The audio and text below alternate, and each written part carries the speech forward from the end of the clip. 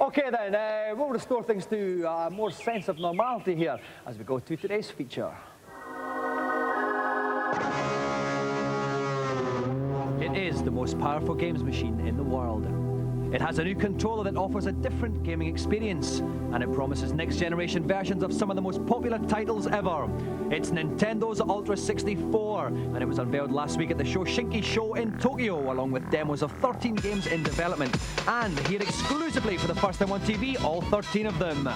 Super Mario 64. The wee mustachioed guy goes all 3D on us.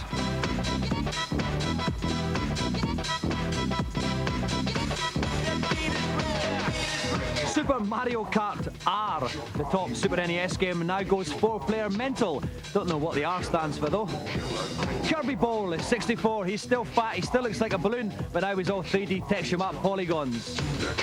Wave Race 64 looking suspiciously like Wipeout.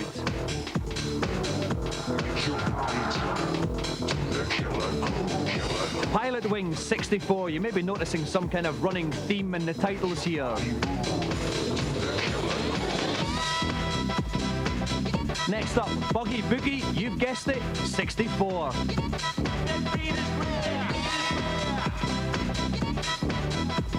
And amazingly, a game that doesn't have 64 in the title, Blastdozer, top mechanical buggy action ahoy. Shadows of the Empire provides the obligatory Star Wars tie-in for those of us who still think Mark Hamill's a well-adjusted human being.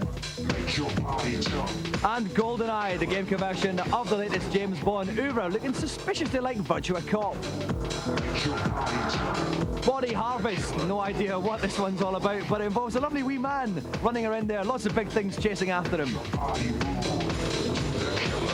Creator features great views of dinosaurs' bottoms. And Star Fox 64, the updated version of the Super NES Classic, which I never actually liked. Finally, the Ultra 64 version of possibly the greatest game ever, the Legend of Zelda, once again, 64.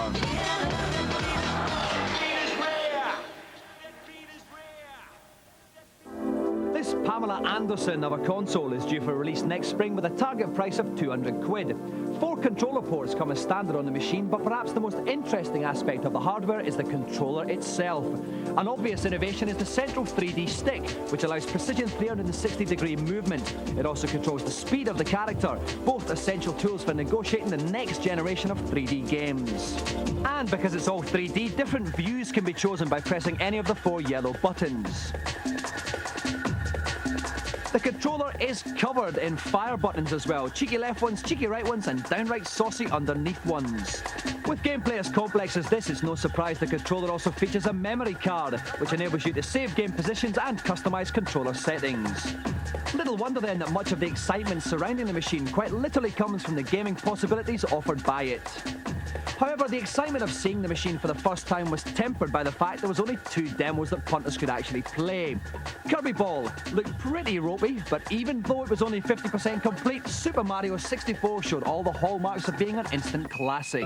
The opening screen gives some idea of what's in store, featuring a fully rendered Mario head that players can manipulate in real time. Ooh, hours of fun there, I'll bet.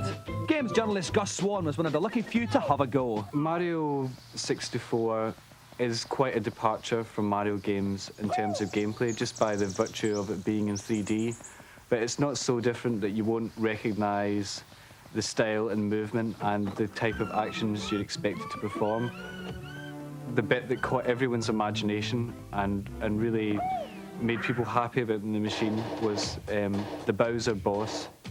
Just the speed of the graphics and the ingenuity of the effect was really quite different to what we've seen before in a platform game.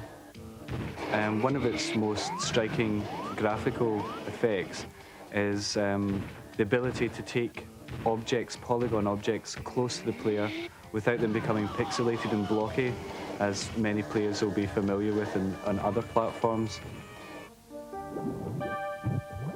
The stage we saw at the game, it was said to be 50% complete, and that perhaps explained why the levels were more sparse. There wasn't any levels where you were panicked with the amount of enemies or terrible jumps that you had to overcome. The size of the game may be up to 150 stages, and from what we've played of them already, it looks as if it's going to be extremely playable, with lots of hidden features as you progress. So I don't have any doubts it'll be a great game. So, after a year of leaving the next generation field open to Sony and Sega, the biggest video games company in the world is poised for a truly formidable comeback.